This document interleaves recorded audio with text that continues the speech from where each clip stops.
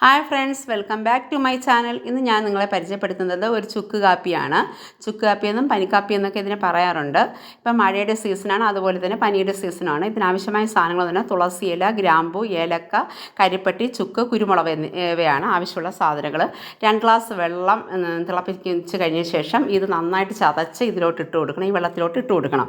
അത് നല്ല വൃത്തിയിൽ 15 മിനിറ്റോടുകൂടി തിളച്ച് കഴിയുമ്പോഴത്തേക്ക് ഇതിനെ നമുക്ക് ഒരു പാത്രത്തിലെടുക്കാം. അതിന് പാത്രത്തിലെടുത്തതിന് ശേഷം ഇത് നന്നായി അരിച്ചെടുക്കണം. അരിച്ച് നമുക്ക് ഒരു ഗ്ലാസ്സിലാക്കി ചെറിയ ചൂടോടുകൂടി നമുക്കിത് കുടിക്കാം. ഇത് കുടിക്കുമ്പോൾ തന്നെ നമ്മുടെ ജലദോഷം പനിയൊക്കെ പമ്പ കിടക്കും. എന്തായാലും ഈ മഴ സീസണിൽ ഇതൊന്ന് പരീക്ഷിച്ച് നോക്കുക.